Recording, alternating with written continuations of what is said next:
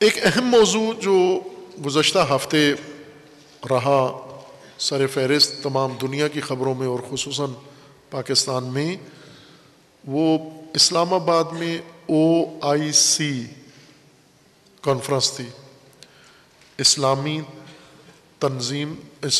تعاون تنظیم یا تنظیم تعاون اسلامی۔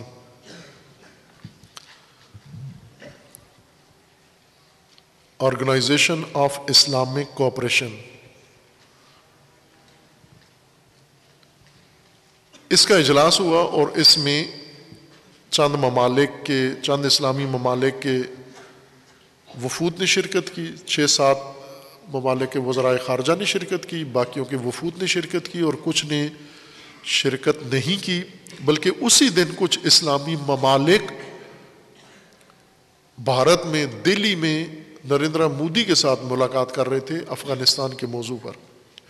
پاکستان کی نشست کا موضوع بھی افغانستان تھا، اور دلی میں جو کچھ اسلامی ممالک کی شرکت سے ہوا اس کا بھی موضوع افغانستان تھا۔ افغانستان میں جیسا کہ پہلے بھی عرض کیا کہ امریکہ نے ایک بہت بڑی شیطنت کی ہے۔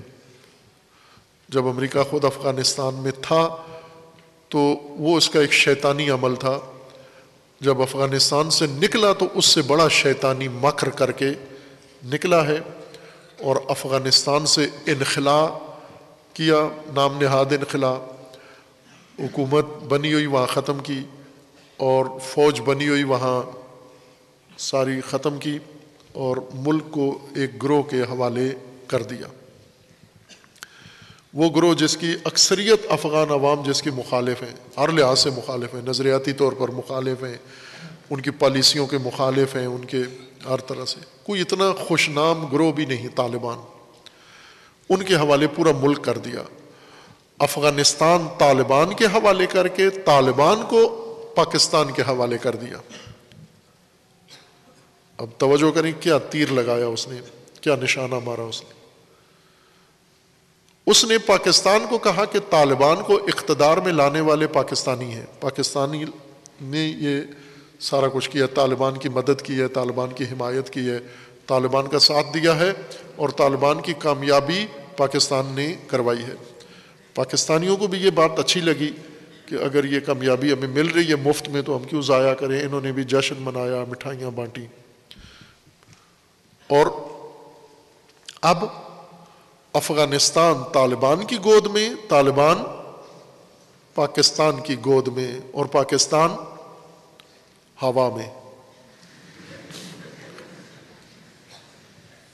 پاکستان کو گود مل ہی نہیں رہی ہے، کس کی گود میں پاکستان کس کی گود میں جائے؟ پاکستان کو اپنے حوالے کر دیا، اپنے حال پر چھوڑ دیا، جس طرح پہلے کئی دفعہ یہ کام ہوا، پاکستان سے کام لے کے پاکستان کو اپنے حال پر چھوڑ دیا گیا، اور پاکستان کے لیے وہ صورتحال سمیٹنا بہت مشکل تھی۔ پہلے افغانستان ہی کے موضوع پر ایک دفعہ یہ کام ہوا، امریکہ نے وہاں دہشت گردی کروائی، وہاں جنگ پہلے کروائی، روس کے خلاف جہاد کروایا، پھر اس جہاد کے بعد دہشت گردی کروائی، اور جب افغانستان سے امریکہ کا وہ ختم ہو گیا مفاد، تو دہشت گرد اور افغانستان یہ پاکستان کی گود میں ڈال کر چلا گیا۔ پاکستان کو کوئی سہارا نہیں تھا، پاکستان نے وہ دہشت گرد وزیرستان میں آ کر آباد کر دیے کہ یہ غیر ملکی شہری ہیں، بڑے اچھے مجاہدوں کو پھر وہ اپنا جہاد یاد آیا، انہوں نے اور کوئی محاذ نہیں ملا، پاکستان کے اندر جہاد شروع کر دیا، قتل و غارت فوج کے خلاف، پولیس کے خلاف، عدلیہ کے خلاف، شیعہ کے خلاف، سنی کے خلاف، مسلمانوں کے خلاف۔ پھر انہوں نے جو اودم مچایا پاکستان کے لیے بڑی مشکل بنی، جس پر پاکستانی فوج کو آخرکار سٹینڈ لے کے ان کے خلاف آپریشن کرنا پڑا اور خاتمہ کرنا پڑا وزیرستان سے اور باقی جگہوں سے ان کا، اور پھر اس کے بعد امن پاکستان کے اندر نسبی سا امن قائم ہوا ہے۔ یہ پاکستانی فورسز کی کوششوں کا نتیجہ ہے، لیکن غلطیاں پہلے دوسرے کر چکے تھے، ان غلطیوں کو تلافی فورسز نے کیا۔ اب دوبارہ وہی تاریخ تکرار ہوئی ہے، پھر پاکستان کو گھسیٹا گیا افغانستان کے مسئلے میں، اور سارا ملک طالبان اور طالبان پاکستان کے حوالے، اور پاکستان سے لا تعلق ہو کے سارے الگ بیٹھ گئے کہ اب آپ سنبھالو۔ افغانستان میں کسی حکومت نے طالبان کو قبول نہیں کیا، کسی حکومت کا طالبان سے کوئی کاروبار لین دین نہیں ہے، تجارت نہیں ہے، افغانستان کے ساتھ کوئی مالی معاملہ، سفارتی تعلقات اور ایکٹیو کچھ بھی نہیں ہے۔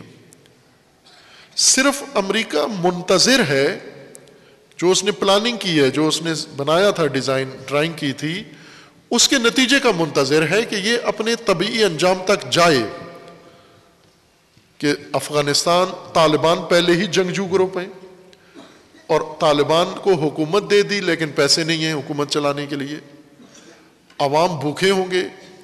بھوکا آدمی، اس کا ایک عالمی یونیورسل قانون ہے، پاکستان کے ایک رائٹر نے اس پر کتاب بھی لکھی تھی، کرنل محمد خان نے، تنگ آمد بجنگ آمد۔ جب انسان بھوکا ہو جاتا ہے، جب تنگ پڑ جاتا ہے، تو آخری چارہ جوئی اس کی کیا ہے؟ ہتھیار اٹھا لیتا ہے، جنگ۔ بھوکا آدمی آخر میں جنگ کے لیے تیار ہو جاتا ہے۔ اس وقت جو سینیریو ہے وہ یہی ہے کہ پوری افغان قوم بھوکی ہو، بھوک سے تڑپے، اور ان کی بھوک مٹانے کے لیے کسی نے تعاون نہیں کرنا اور نہ کیا ہے۔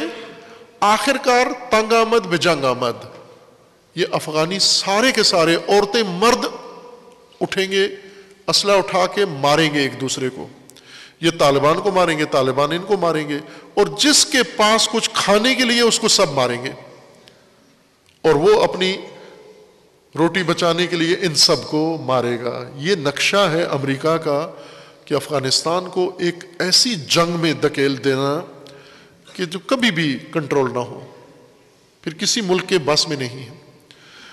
جب سے طالبان حکومت قائم ہوئی ہے اس وقت سے پاکستان مسلسل، میں پہلے بھی بارہا عرض کیا ہے، پاکستان کی جو بڑی رہنما ہیں، ہماری سیاسی لیڈرشپ اور فوجی، روزانہ کی بنیاد پر اپیل کرتے ہیں دنیا سے، افغانستان کی مدد کی جائے، افغانستان کو سنبھالا جائے، افغانستان کی قبول کیا جائے، ورنہ بحران ہو جائے گا، ورنہ انسانیت المیہ ہو جائے گا، فلاں ہو جائے گا۔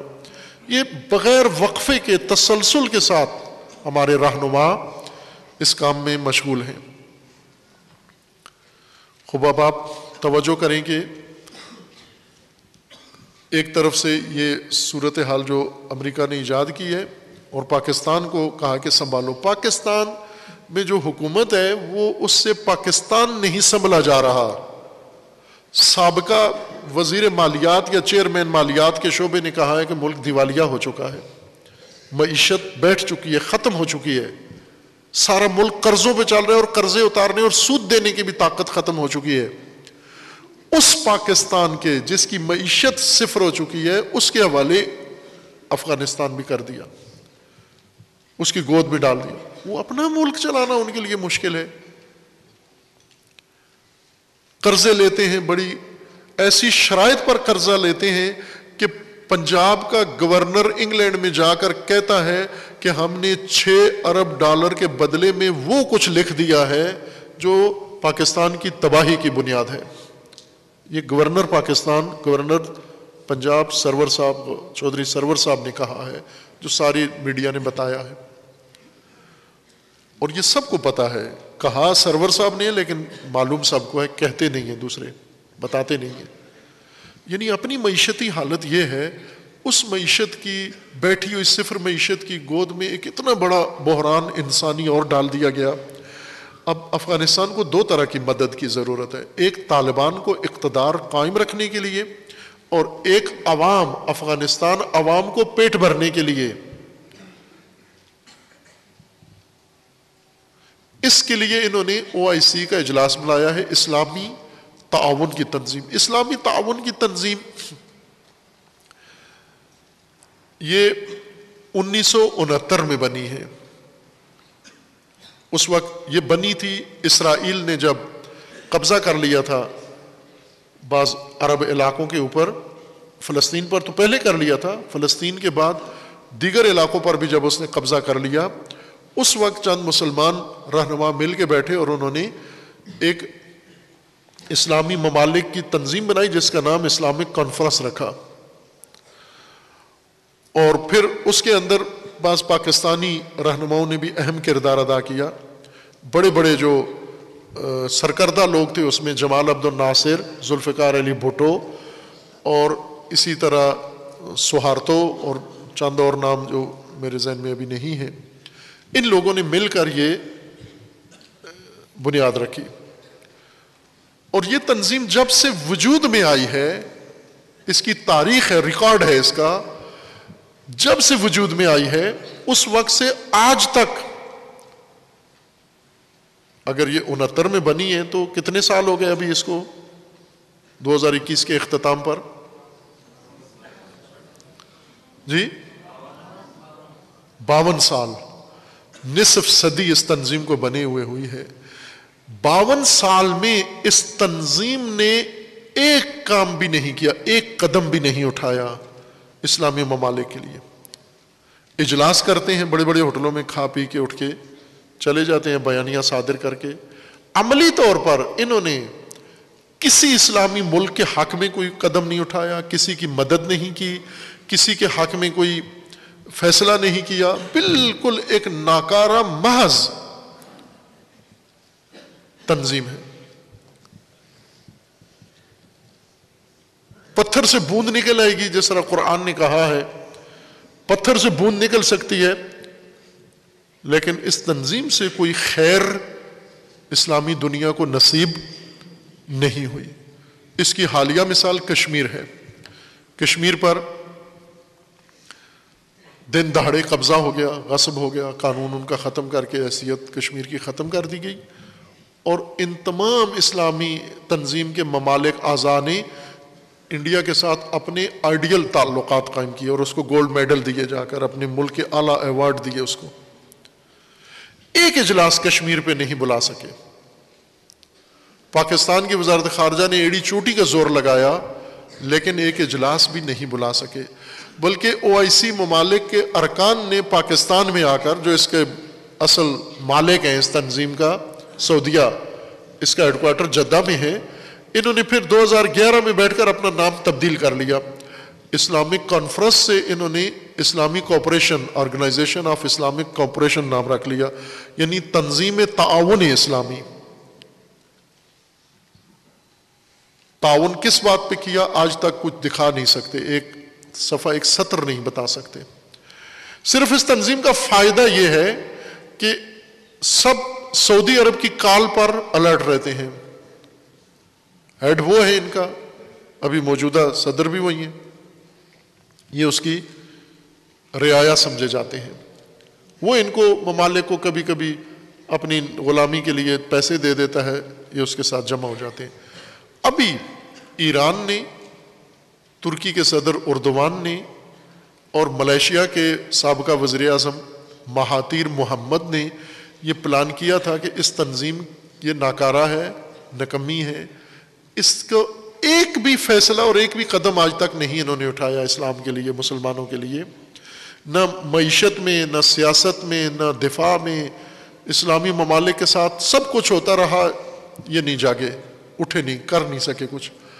انہوں نے یہ سوچا کہ ہم اس کے بدلے میں متبادل تنظیم بناتے ہیں۔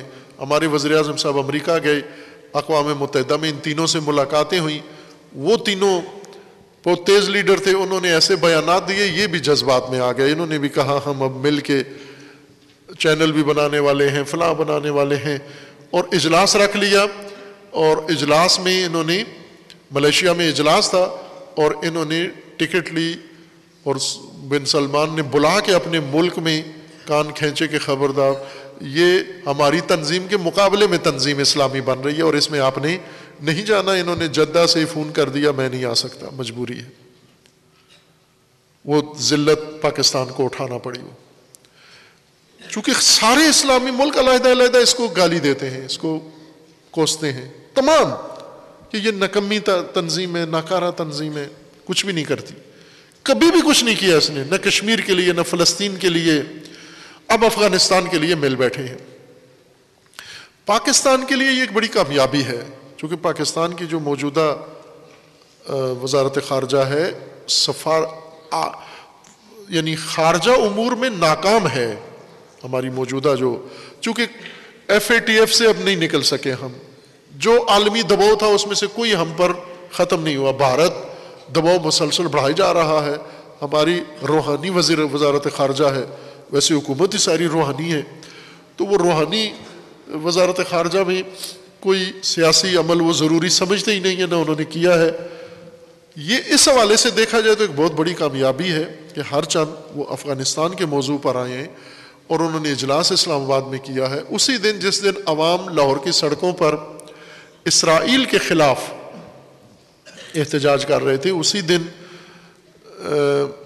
اسلام آباد میں وزرائے خارجہ اسلامی ممالک کے اکٹھے تھے، کشمیر کا نام لیے بغیر اسلام آباد میں کشمیر سے 100 کلومیٹر دور، 100 بھی نہیں، تھوڑا فاصلہ ہے، 100 کلومیٹر بھی نہیں، شاید 60 کلومیٹر کا فاصلہ ہوگا، کشمیر کی سرحد سے 60 کلومیٹر دور اسلامی ممالک کے وزرائے خارجہ کی کانفرنس ہوئی ہے، کشمیر کا نام لیے بغیر، فلسطین کی طرف اشارہ کیے بغیر، اسرائیل کی مذمت کیے بغیر، اس میں ایرانی وزیر خارجہ بھی شامل تھے کانفرنس میں، اسرائیل کی مذمت کیے بغیر، اسرائیل جو گستاخ تر ہو گیا ہے، فلسطین کا تو اس نے کر دیا، ہڑپ کر گیا کشمیر کی طرح، لیکن اب وہ باقی اسلامی ممالک پر چڑھائی کر رہا ہے۔ خوب یہ جو دوستان اسرائیل جمع ہوئے اسلام آباد میں، ان سے کیا توقع تھی؟ لیکن پاکستانی وزارت خارجہ کی یہ کامیابی ہے کہ انہوں نے نکمے ہی صحیح لیکن بلا لیے، اتنی فعالیت ان کے دور میں ہوگی کہ کانفرنس کر لیا ہم نے، اور اسی لیے ایک دوسرے کو مبارکباد دے رہے ہیں۔ لیکن عملی طور پر افغانستان کے لیے کیا ہوا؟ وعدے دیے انہوں نے، ہم مدد کریں گے، لیکن ابھی تک کسی نے مدد کی نہیں ہے۔ چند ٹرک سعودی عرب نے بھیجے ہیں افغانستان، اور یہ مدد کریں گے بھی نہیں۔ یہ مدد کرنے سے، ان کی مدد کرنے سے افغانستان میں طالبان حکومت مستحکم ہو جائے گی، اور عوام افغانستان عوام کو کچھ کھانے کو مل جائے گا۔ اور اگر یہ دو کام ہو جاتے ہیں، طالبان حکومت مضبوط ہو جاتی ہے اور عوام کو کچھ کھانے کو مل جاتا ہے، افغانستان میں امن رہے گا، افغانستان میں وہ منصوبہ جو امریکہ چاہتا ہے وہ پورا نہیں ہوگا۔ افغانستان میں یہ جو مارا ماری امریکہ چاہتا ہے شروع ہو، یہ اسی صورت میں ہے کہ طالبان بے بس ہوں اور عوام بھوکی ہو، تاکہ تنگ آمد بجنگ آمد شروع ہو۔ ایسے میں ان افراد کا جمع کرنا افغانستان کی مدد کے لیے جنہوں نے دنیا میں کبھی جب سے پیدا ہوئے ہیں مدد نہیں کی، کسی کی، کشمیر کی مدد نہیں کی، فلسطین کی مدد نہیں کی، کسی ملک کی کسی اسلامی ایشو کی مدد نہیں کی انہوں نے۔ امریکہ کے اندر کتنا اس مسلمانوں کے خلاف تشدد ہوا، اس تنظیم نے ایک بیانیہ بھی نہیں دیا۔ قرآن کی بے حرمتی ہوئی، رسول اللہ کی بے حرمتی آئی، انہوں نے کچھ بھی نہیں کیا۔ ہندوستان کے اندر آج کیا کچھ ہو رہا ہے مسلمانوں کے ساتھ؟ OIC یہاں پر ہندوستان کے پڑوس میں بیٹھ کر ہندوستان کی مذمت کیے بغیر اٹھ کے چلے گئے، بلکہ اس تنظیم کے کئی ارکان تو اسلام آباد آئے ہی نہیں، وہ ہم زمان جب ادھر اسلام آباد میں بیٹھے تھے وہ دلی میں بیٹھے ہوئے تھے۔ یہ جو ممالک ہیں اسلامی ممالک 57 جن کی یہ تنظیم ہے، ان ممالک کی اپنی حالت دیکھیں، کیا ان کی حالت ہے اور یہ کیا کر سکتے ہیں؟ کیا یہ اس قابل ہیں کہ کوئی مسلمان دنیا کو ایک بلاک بنا کر، یہ تنظیم جب بنی تھی تو اس کے کچھ لیڈر ایسے تھے جن کو بہت لیڈر کا شوق تھا، جیسے جمال عبد الناصر، وہ بہت ہی مہمجو آدمی تھا، اس کے اندر ایک جاہ پرستی تھی حد درجہ، وہ چاہتا تھا کہ صف اول کا عالمی لیڈر بنے۔ اسی طرح جکارتا کا لیڈر تھا، اس کے اندر بھی یہی خواہش تھی، بھٹو کے اندر بھی یہی خواہش تھی کہ ہم صف اول کے عالمی لیڈر بنے۔ تو عالمی لیڈر بننے کے لیے ہمیں باقی ممالک کو اپنے ساتھ ملانا ہوگا۔ ان جاہ پرستوں نے یہ تنظیم بنائی کہ ہم اسلامی بلاک بناتے ہیں، مغربی اور مشرقی کمیونزم اور امپیریلزم کے مقابلے میں، امریکہ اور روس کے مقابلے میں ہم ایک تیسرا بلاک بناتے ہیں جس سے توازن قائم ہوگا۔ لیکن یہ توازن قائم نہیں ہو سکا، چونکہ جن ممالک کو ملا کر یہ عالمی لیڈر بننا چاہتے تھے، وہ ممالک سارے غلام ممالک ہیں، وہ اپنے اقتدار کے لیے ہر ایک قدم اٹھانے کے لیے تیار ہیں۔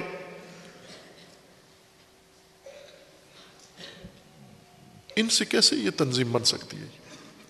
اسی طرح کی ایک اور ناکارہ تنظیم ہے غیر وابستہ ممالک کی تنظیم، نان الائنڈ کنٹریز، وہ بھی اسی طرح کی بے خاصیت، بالکل چھاچھ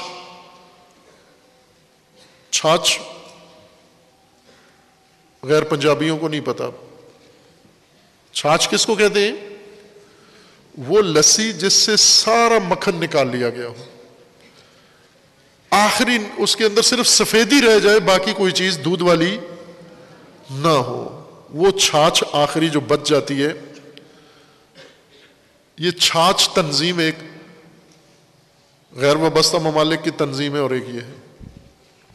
یہ صرف ان کے درمیان جب سعودی وزیر خارجہ بیٹھتا ہے، مرکزیت اس کو حاصل ہوتی ہے، سعودی شہنشاہ بیٹھتا ہے تو اپنے آپ کو شہنشاہ کہتا ہے۔ شاہ ایک ملک کا ہوتا ہے، شہنشاہ جو شاہوں کا بھی شاہ ہوتا ہے، تو سامنے غلام شاہ بیٹھے ہوتے ہیں 57، ان کے 56 شاہ بیٹھے ہوئے ہیں، 57 نمبر سعودی عرب کا بیٹھتا ہے، اس کو احساس ہوتا ہے میں بہت بڑا بادشاہ ہوں دنیا کے اندر۔ باہر کیف اس حد تک یہ کانفرنس بہتر تھی کہ ہماری وزارت خارجہ میں کوئی تحرک آیا ہے، ہماری وزارت خارجہ نے بالآخر دنیا کے ممالک کو اپنے کسی موضوع پر شامل کیا ہے، ہر چند ان سے توقع کسی کو بھی نہیں ہے یہ افغانستان کا معاملہ حل کریں گے۔ افغانستان کا معاملہ ظاہر ہے امریکہ نواز ممالک افغانستان کی کوئی مدد نہیں کر سکتے، افغانستان کی مدد کر سکتے ہیں 3 ملک اگر وہ چاہیں تو، جو اس میں ایک شامل تھا باقی نہیں تھے، روس، چین، ایران، چونکہ تینوں امریکہ مخالف ہیں، یہ کر سکتے ہیں افغانستان کو، لیکن یہ اس صورت میں کر سکتے ہیں کہ ان کا کوئی مفاد ہو افغانستان میں۔ اس وقت یہ جو کانفرنس کے اعضاء ہیں یا اقوام متحدہ میں جو بیٹھے ہوئے ہیں، یہ کیوں کوئی عالمی مسئلہ حل نہیں کر سکتے یہ لوگ؟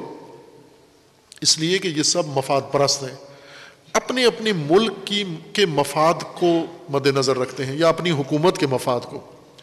بہت کم لوگ ایسے ہیں جو ملک کے مفاد کو نظر میں رکھتے ہیں، جیسے چین اور روس ہیں، یہ ملکی مفاد اپنا نظر میں رکھتے ہیں۔ باقی حکومتی مفاد، یعنی اس وقت جو بھی حاکم ہے وہ مضبوط ہو، مملکت بے شک ملک کو مفاد ملے یا نہ ملے، جیسے پاکستانی حکمران ہیں، یہ حکومتی مفاد مد نظر رکھتے ہیں، لیکن ملکی مفاد ان کے مد نظر نہیں ہوتا۔ یہ مفاد پرست عناصر مل بیٹھے ہیں تنظیم بنا کے، جمع ہو کے، تو ان کا کوئی مفاد افغانستان میں ہوا تو یہ کچھ کریں گے۔ آپ نے مدد کس بنیاد پر مانگی ہے؟ انسانی بنیاد پر۔ انسانیت تو مفادات میں سے شمار نہیں ہوتی، اصولوں میں سے ہے، اقدار میں سے ہے، ویلیوز میں سے ہے۔ اور دنیا میں اس وقت اصولی سیاست نہیں ہو رہی، مفادات کی سیاست ہو رہی ہے۔ تو افغانستان میں جس کا مفاد ہوگا وہی مدد کرے گا، جس کا مفاد نہیں ہے وہ مدد نہیں کرے گا۔ اگر چین،